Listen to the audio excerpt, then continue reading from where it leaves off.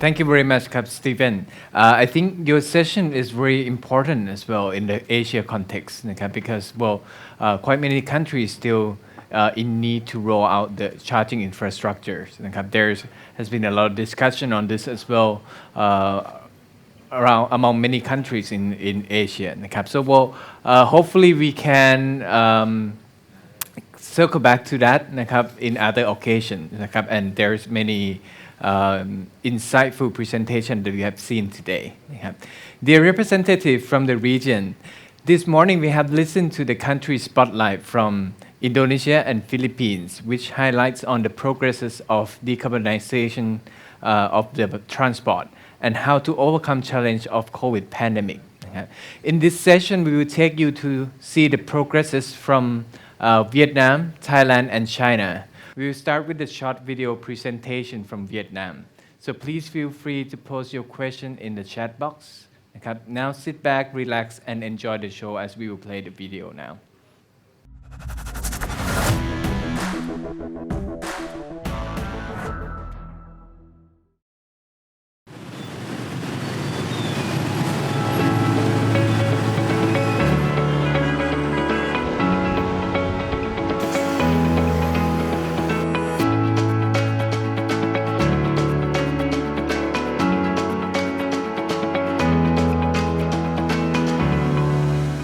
Đi lại và vận chuyển hàng hóa là nhu cầu thiết yếu của xã hội.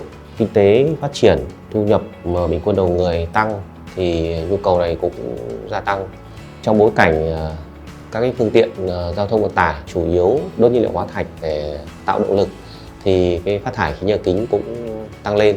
Tuy nhiên thì chúng ta có thể hạn chế cái điều này bằng cách phát triển hệ thống vận tải theo hướng carbon thấp.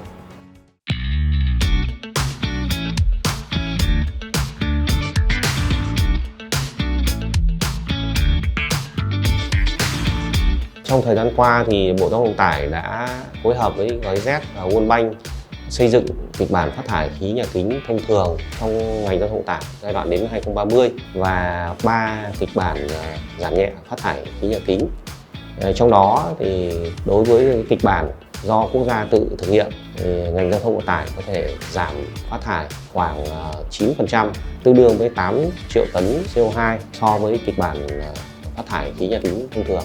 Kết quả kiểm kê khí nhà kính thì cho thấy giao thông vận tải đường bộ là lĩnh vực tiêu thụ nhiên liệu lớn nhất và phát thải khoảng hơn 80% khí nhà kính trong ngành giao thông vận tải. Do vậy, các cái biện pháp giảm nhẹ phát thải khí nhà kính trong ngành cũng sẽ tập trung cho lĩnh vực này, bao gồm thứ nhất là cải thiện hiệu quả sử dụng năng lượng, thứ hai là chuyển đổi phương thức vận tải hành khách từ sử dụng phương tiện cá nhân sang phương tiện công cộng. Thứ ba là chuyển đổi vận tải hàng hóa từ đường bộ sang đường thủy nội địa và vận tải ven biển. Và thứ tư là chuyển đổi sử dụng nhiên liệu sang sử dụng nhiên liệu sinh học và năng lượng điện. Giai đoạn 2020-2023 thì Chính phủ Cộng hòa Liên bang Đức tiếp tục hỗ trợ Bộ Giao thông Vận tải thực hiện NDC của Việt Nam thông qua dự án sáng kiến giao thông vận tải trong NDC tại các nước châu Á. Dự án có ý nghĩa rất là quan trọng đối với Bộ Giao thông Vận tải trong thực hiện chức năng quản lý nhà nước về biến đổi khí hậu theo Luật Bảo vệ môi trường năm 2020. Mục tiêu của dự án là xây dựng quy định về mức tiêu thụ nhiên liệu đối với xe ô tô con, xe mô tô và xe gắn máy, xây dựng cơ chế, chính sách và lộ trình phát triển phương tiện giao thông điện cấp thành phố và cấp quốc gia, và đặc biệt là xây dựng cái hệ thống MRV điện tử nhằm định lượng, giám sát cái hiệu quả thực hiện các biện pháp giảm phát thải khí nhà kính trong giao thông vận tải.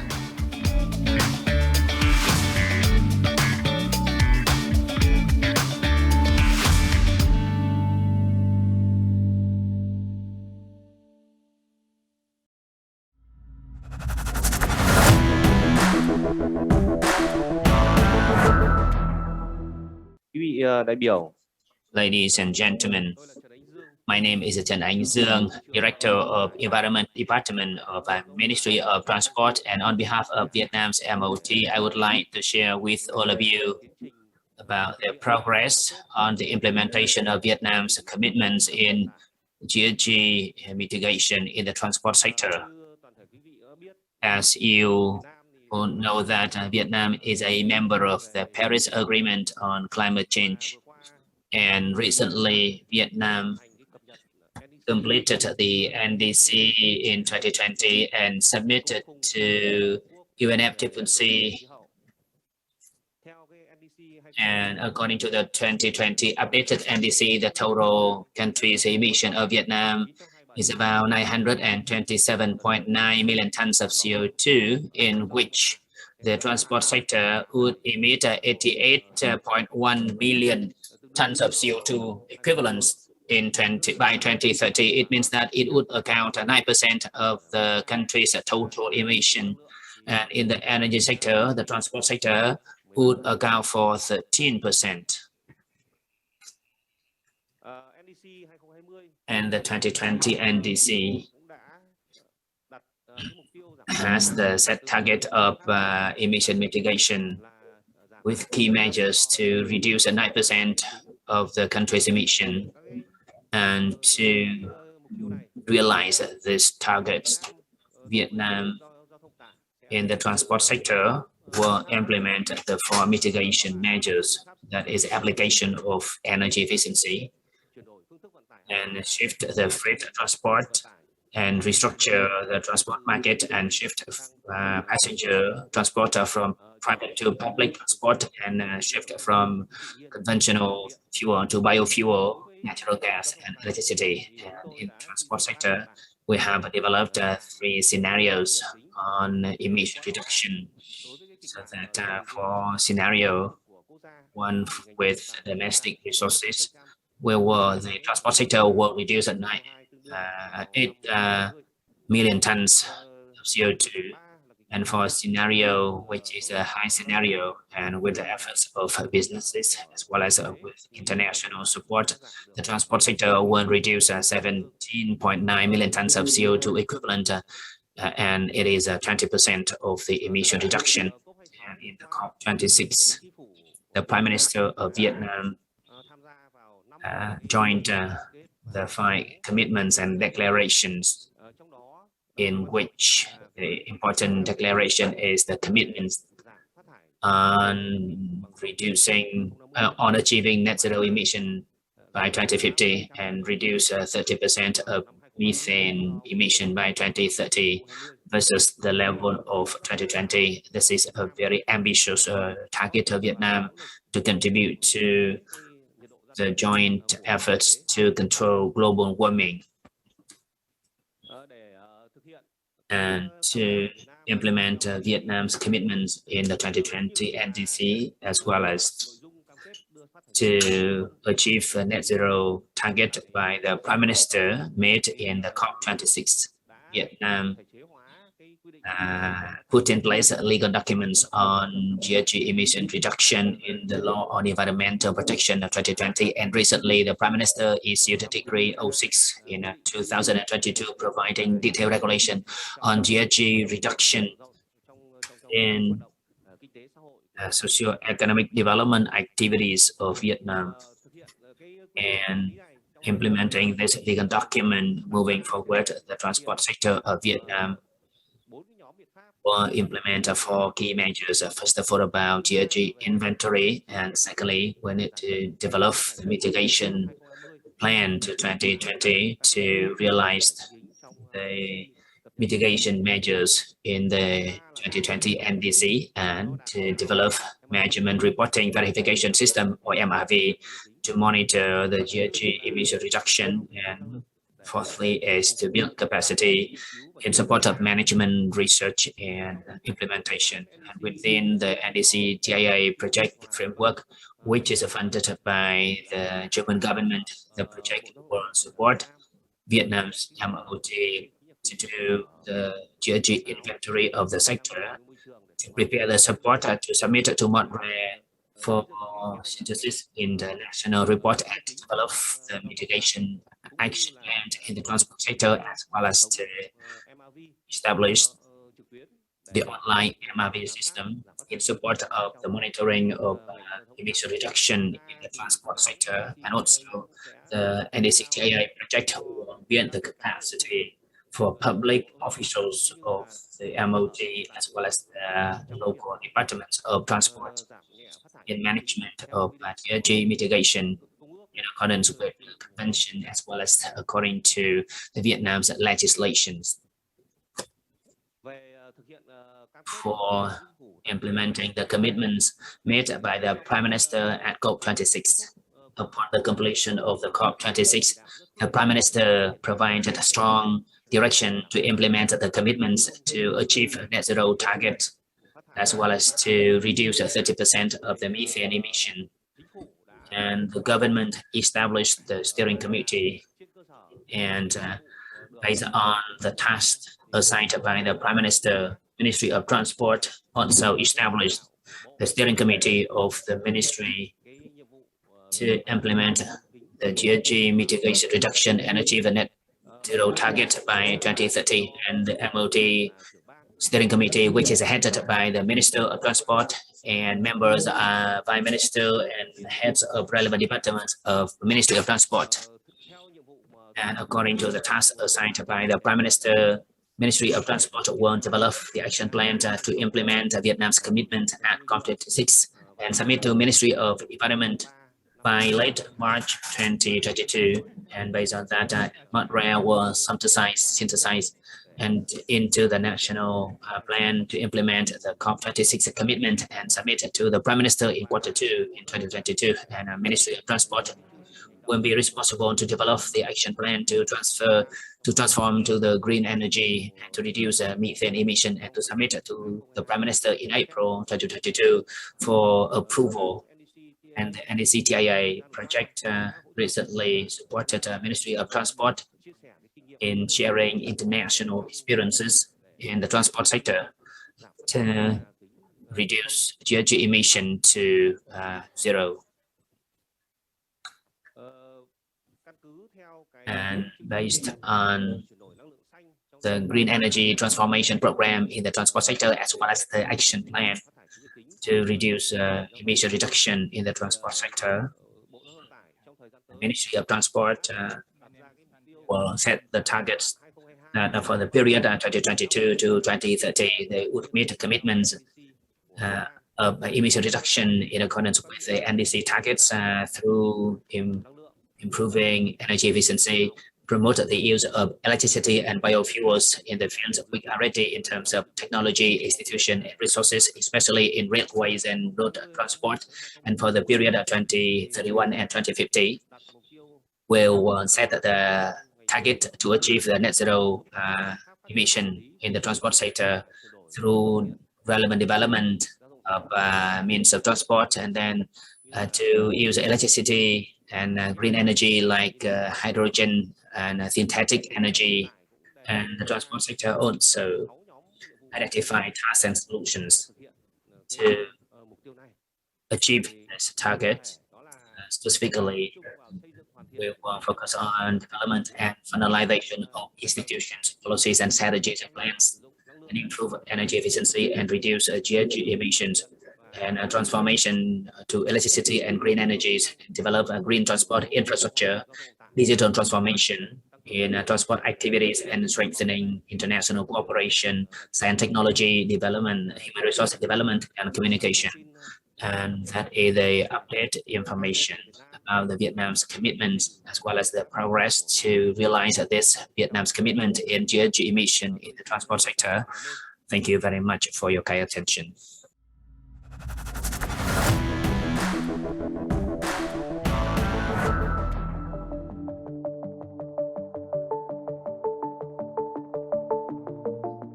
Transport is inextricably linked to the most critical issues of our time. It contributes considerably to people's well-being. It enables access to goods, services, and social networks that support a good quality of life. At the same time, the negative externalities of transport, notably CO2 emissions, are a growing concern for climate change. To fight climate change, Thailand Prime Minister Mr. Prayut Chan-o-cha expressed Thailand's ambition to fight climate change in aiming to reach NDC target, carbon neutrality in 2050, and net zero emission by 2065 at COP26 in Glasgow, United Kingdom. With the adequate, timely, and equitable support through technology transfer and cooperations, and most importantly, the availability of and access to ample green financing facilities, Thailand can increase our ambition in increasing the nationally determined contribution to 40% and reach carbon neutrality and net zero emissions sooner. Even during this uncertain and difficult time of pandemic, Thailand is keeping up its development of public transport and is aiming to reduce 31 million tons of GHG emissions to achieve its transport NDC target in 2030. Apart from the speedy development of rail infrastructures, Thailand is also focusing on transport sector electrification in order to become EV production hub in ASEAN. This year, Thailand cabinet have approved a package of incentive, including tax cut and subsidies to promote a shift to electric vehicle, including purchasing subsidies, excise tax cut, reduces import duty. With the support of the EKI transfer projects, we are working towards the setting up of the Thailand Clean Mobility Program. The program has several objectives. One of them is to make public transport a more attractive option than traveling by car and motorcycle. To achieve this goal, the program encompasses a push and pull approach, focusing on the renewal or introduction of public transport fleet modernization, including electric bus, van, motorcycle taxi, to reduce the use of private vehicle, and establishment of Sustainable Transport Fund for the replication of sustainable mobility projects in other Thai cities. Thailand has underscored the utmost importance the country attaches to the problem of climate change and our readiness to collaborate with all countries and sectors to reach the world's common goal for future generations. Therefore, we are looking forward to continuing the great collaboration between Thailand and Germany, targeting sustainable transport development and hopefully in the future on an even more ambitious carbon neutral transport sector transformation. Thank you to you all, and we hope to meet everyone in person next year.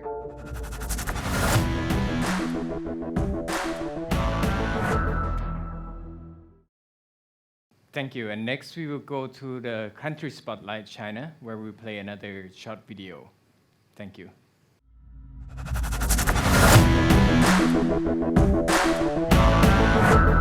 各位嘉宾、女士们、先生们，很荣幸能有机会分享我们对于中国交通运输绿色发展的一些思考。那么各位知道，在交通运输领域，碳排放涉及到各个不同的环节，既包括基础设施建设和运营过程中的排放，也包括各类交通运输装备的排放。那么这其中，在公路上的车辆、铁路上的机车、水上的船舶和空中的民航客机的排放，是交通领域碳排放的主要部分。我们也测算了这一部分的碳排放。如果考虑运输装备在中国领土范围内燃烧化石能源的直接二氧化碳排放的话，中国交通领域碳排放占到了全社会排放量的大约11%。在交通领域的排放当中，公路上车辆的排放是绝对的主力，大约占到了87%，而水运和民航各占到了6%。那么铁路由于已经实现了很高比例的电气化，所以它的排放仅占到了不到1%。那么对于车辆来讲呢，最重要的两个方面，一方面是服务于货运的重型货车占到了54%，另一个呢是我们的小型客车以私家车为主体占到了35%。未来中国交通领域实现深度的碳减排还面临3个领域的挑战。第一个挑战呢是中国交通运输仍处在一个快速增长的阶段。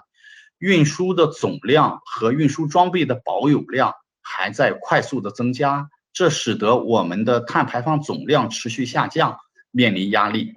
第二个挑战呢，是中国交通运输的服务品质的需求还在不断的提升。全社会对于运输的时效性、个性化和舒适度的要求都越来越高，那么单位周转量的碳排放水平的下降就面临瓶颈。第三个挑战呢，来自于资金方面，无论是中国国内的研究机构，还是 IPCC 的第6次评估报告，都提出交通运输行业碳减排的成本要明显的高于工业和建筑等行业。那么我们分析了未来不同阶段中国交通碳排放变化的影响因素，大致上可以认为，在近中期，由于交通的总规模还在快速增长，但是技术的发展和应用还处于初期，所以这个时期交通规模的增速是影响交通碳排放的主要驱动因素。在中远期呢，交通规模增速会放缓，而技术的应用会越来越广泛。在这个时期，技术和政策等等的减排力度将会成为一个主要的驱动因素。所以我们认为，推动中国交通深度减排的主要的抓手应该是把运输方式之间的结构和能源的结构的优化作为一个主要的抓手。关于核心的路径，我们总结了2句话。第一句是实现交通用能的深度脱碳化，第2句呢是实现客货运输的智能高效化。那么这2个路径都是围绕未来中国交通能够深度的实现节能减碳的。关于不同的运输方式，我们认为铁路方面目前已经直接排放非常低，可以实现直接排放的打风，而公路方面是交通排放的主流，可以通过未来的电动化车辆的普及，甚至追求零排放。那么在水路方面呢，目前增速不快，而且还没有很好的可以大范围商用的技术可以推广，所以我们可以通过现有的一些技术手段和政策，把水路的排放稳定的控制在一个平台期。那么对于民航来讲呢，中国未来的民航业可能会有一个快速的规模的增长，而且短期内我们也找不到可以实现大幅度降低二氧化碳排放的这种技术，所以其他方式的大幅减排会为未来民航预留一定的发展空间。这是我们对于4种不同方式的一个思考。那么实现碳减排，我们觉着有6个方面的行动要重视。第一个方面是优化运输结构，推动各种交通方式一体化融合发展。这里边主要是把货运更多的转向铁路和水运，把客运从小汽车转移一部分到铁路和轨道交通去，把中短距离的一部分民航客运也可以转移到以高铁为主的快速轨道交通上去。那么第2个举措呢，是提升运输装备的能效，推进装备升级。在这里边，我们觉着对于新车可以不断的提高它的能耗的标准，对于现有的在用的车船，通过不断的加快更新，提升整体的燃油经济性水平。当然，我们也可以采用节能驾驶和节能操作的手段来提高装备的能效。那么第3个举措是非常关键的，我们提的是推广应用低碳装备，加速零碳燃料的替代。在这个方面，我们将主要聚焦于重型货车和私家小汽车。此前与 GIZ 共同开展了关于新能源城市物流配送车辆的推广应用研究，就是在这方面一次很好的实践。那么第4个举措是建设低碳的交通基础设施，促进交通能源融合发展。主要目标是把我们现行的以化石能源为主的基础设施网络改造成适应高比例电动化出行的新型基础设施网络。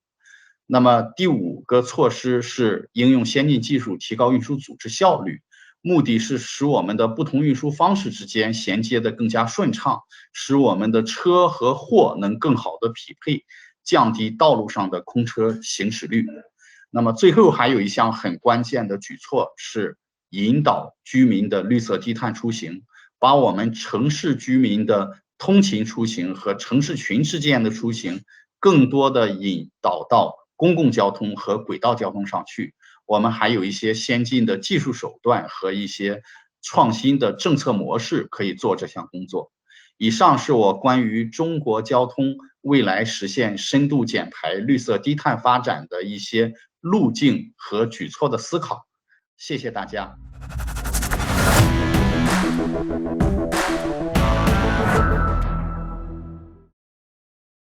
Thank you very much ครับ Now is the time for the Q&A session นะครับ and with us นะครับ may I invite Mr. Duong Tran Anh นะครับ the Director General of the Department of Environment Ministry of Transport Vietnam with us นะครับ he is here with us on the stage already นะครับครับ and next we also have some representative from Thailand and China. Unfortunately the officials cannot join us นะครับ so we have some representative from GIZ instead นะครับ let me welcome Mr. Papondhanai Nanthachatchavankul นะครับ from GIZ Transport Thailand นะครับ and also Mr. Sebastian Ibold นะครับ from the GIZ project directors from GIZ China นะครับ คุณ Papondhanai ครับ are you in the call with us already and คุณ Sebastian Yes, I hear you clear. Yes, Cap. Yes, Cap. I'm here. Clear? Yes. Cap. Good to see you both, Cap. The first question goes for Director Duong.นะครับ for the implementation of Vietnam commitment on net zero emission, please share some concrete activities from the transport sector with us. Cap.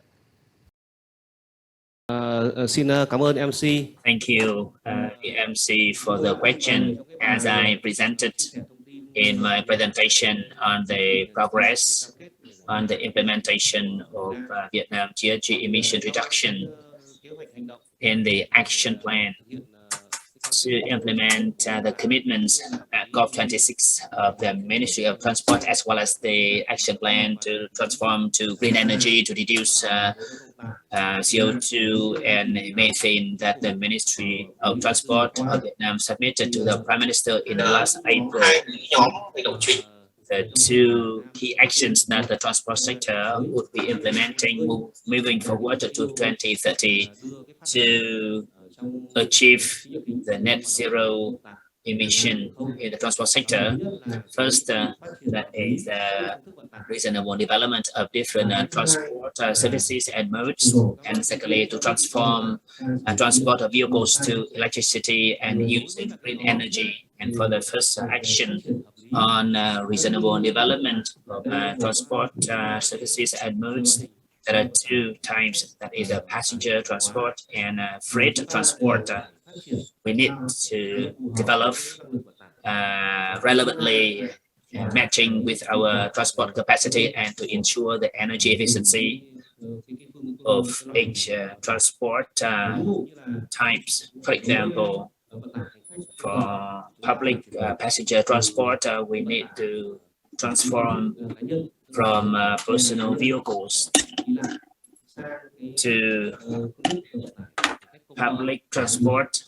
Especially, we need to use MRT, BRT system and to develop public buses in different localities. And for the second action on the transformation of vehicles, equipments to use electricity and using green energy, the Ministry of Transport will focus on revising and supplementing the legal framework, as well as to develop policies and mechanisms to promote the population and businesses to transform to use electrical vehicles. And when technology are available and ready, we can use other types of energy, for example, ammonia or hydrogen or synthetic fuel, so that the future vehicles, so we will use electricity from renewable energy, and we can use other energy types that produced from renewable energy, so that we can ensure that the GHG emission from transport sector would be achieved the net zero. Thank you.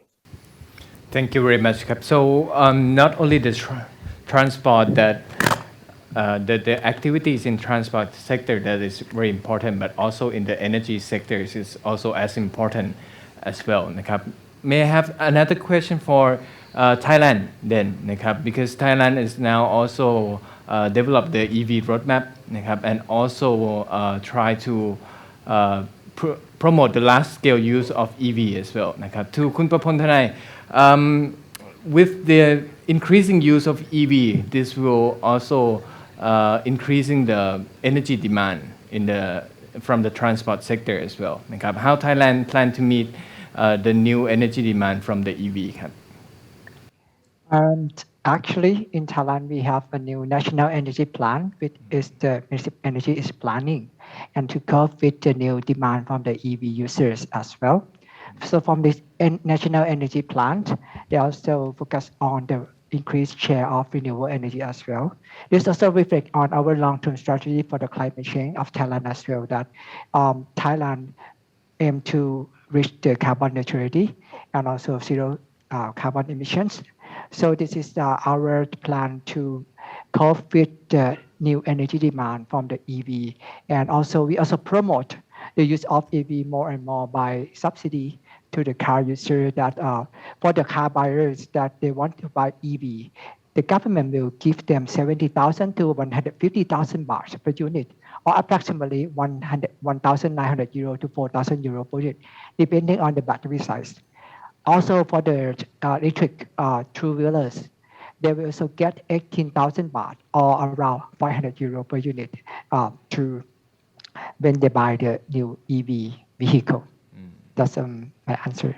Thank you, Kap. Thank you very much, Kap. The next, let me ask the next question then. With the net zero emission, which is very ambitious target, and I think many countries in Asia also have similar target as well นะครับ To achieve those goals นะครับ the MLV system is crucial as well to track on our progress as well นะครับ So could you tell us a little bit on the implementation of MLV in the transport sectors ครับ Director Duong. Vâng, xin cảm ơn. Thank you for the question. As we know that the MRV to monitor the GHG emission reduction, it is required to all member countries of UNFCCC, and it is also required by Paris Agreement on Climate Change, and for MRV it was incorporated in the 2020 Law on Environmental Protection, and it was also stipulated in Decree 06. As I presented, and the implementation of the MRV system in the transport sector, we have undertaken some steps as a foundation for the future implementation. We put in place legal regulations on the collection and reporting of data in support of estimation of GHG emission and moving forward, and in accordance with the guideline from UNFCCC as well as as required by Viet Nam legislation, we will develop a system from business level to the local managerial level as well as at the competent authority under Ministry of Transport, so that we can collect data, monitor, evaluate, and then synthesize and report on information about GHG emission as well as emission reduction in the transport sector. And currently, the NEC TIA project is supporting our Ministry of Transport in developing a online software for MRV. Thank you very much. Thank you very much ครับ Online MRV system, this is sound very interesting, and I think many countries could learn from this as well นะครับ Let's go to Thailand once again นะครับ คุณประพลทนายครับ I think Thailand has developed MRV system for the transport sector as well นะครับ However, with the new goal นะครับ with the carbon neutral and net zero emission, is there still a challenge in terms of MRV system for transport sectors in Thailand? Yes, thank you, Kap Kumpan. Actually, we have like a MRV system, the Ministry of Transport here already start monitor the greenhouse gas emission reductions. As you mentioned, we ambitious to the new goal that we would like to increase our ambitions from NDC, for example, to 40%. To do that, based on our current methodology, which is still based on the project base, because most of the transport measures or mitigation actions still based have different measure for each mitigation actions. So we still need support to increase our level of accuracy of the modeling system for the MRV system for the transport sector in Thailand. And we have to find out more suitable mitigation actions and matching with the new MRV methodologies that we will choose soon, maybe within this year or next year. That is under the consideration of Ministry of Transport at the moment. I'll give you a chance to address two topics at the same time. First of all, on the topic of increasing demand of EV would affect the demand for electricity and energy as well. So how China address that in the national e-mobility roadmap. So that's the first one. Secondly is on the MRV system, with the ambitious target. How China practice on the MRV and what kind of lesson learned that you could share with us. Can you hear me now? Yes, loud and clear. Great.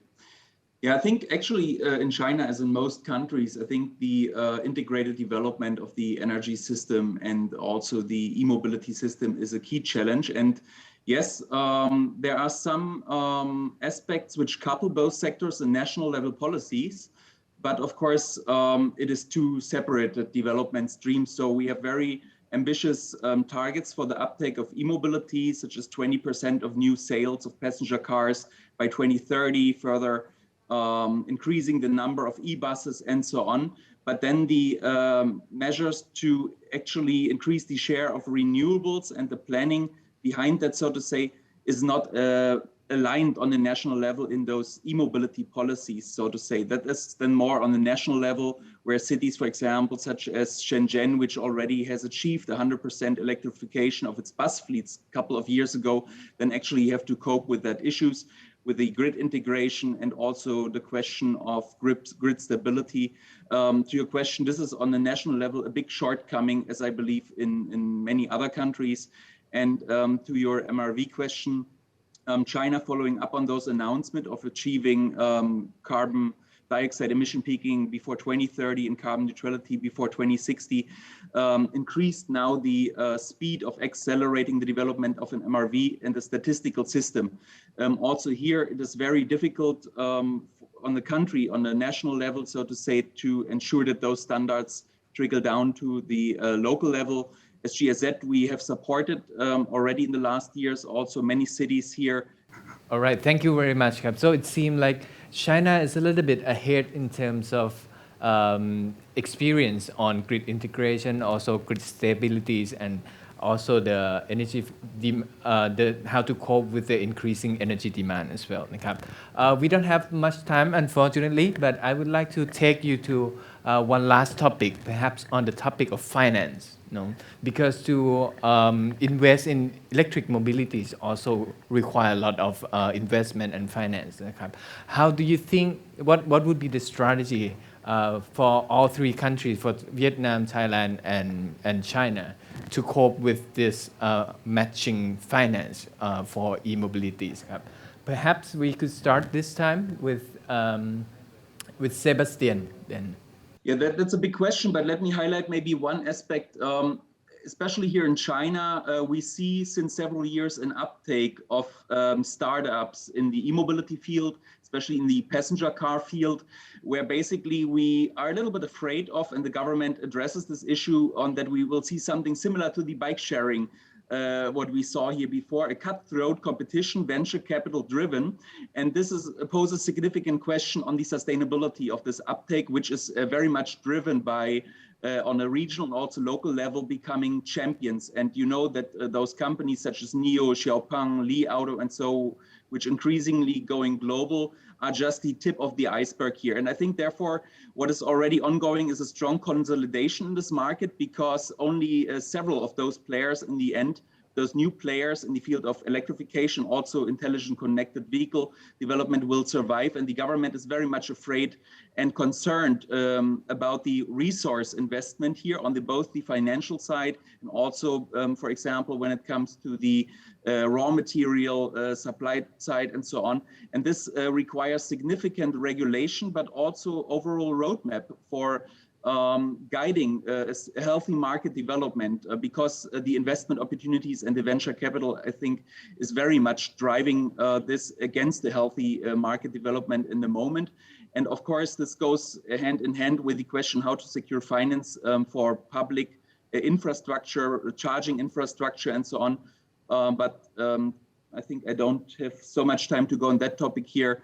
On that side, this is not so much of a problem in the moment in China, but the regulation on the finance-driven, venture capital-driven uptake of e-mobility players in the market, leading to a very unhealthy development and oversupply.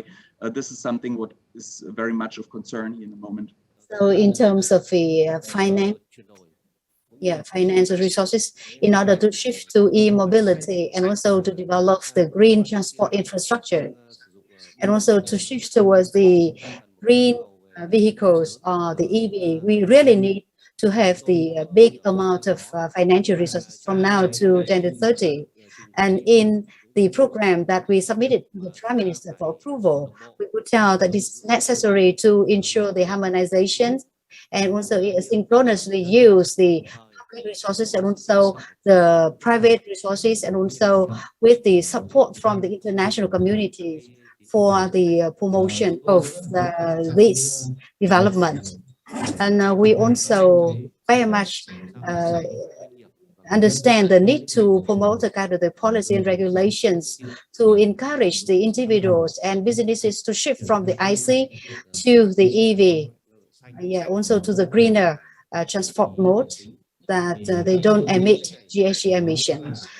So the policies and the regulation framework will serve as a kind of the great encouragement for the individuals, citizens, and for the businesses to involve in the transition until 2030, so that we can meet the target. Thank you very much, Kap. Perhaps since we are a little bit running out of time, let's go for Thailand quickly, on the topic of finance. Kun Papondhanai, would you like to address on how to finance those investment on EV? As I mentioned earlier about the subsidy program from the government for the demand side, that we try to encourage users to switch to EV. However, the government also promote the investment on the manufacturing of EV production in Thailand as well. To promote the supply side, the government launched the fiscal policy on reduction of the import tax for the EV import to Thailand, 40 to 60 million until 2023. But the company or the manufacturers that want to import the EV to sell in Thailand, they have to produce the EV 1 by 1 or 1.5 after they import the EV car to Thailand. Moreover, there are other fiscal policy that we can, not fiscal policy, but business model that government try to look for to switch to the EV bus, for example. They are looking for many business model that, for example, to rent the EV bus instead of to buy the EV bus. Moreover, an attempt to looking for the international support, for example, for TCF or for other funding internationally that can support Thailand to switch to EV. Thank you so much, Kap. Unfortunately, we are run out of time. We're a little bit over time. I would like to extend my thanks to our representative from Vietnam, from Thailand, and from China today. And we will go into the break for 10 minutes. And after the break, we will come back to the closing session for transfer projects. So, I hope you enjoyed the break. And I hope that we can come back for more exchange on this maybe later on. Okay, thank you so much for the session today. And see you in 10 minutes.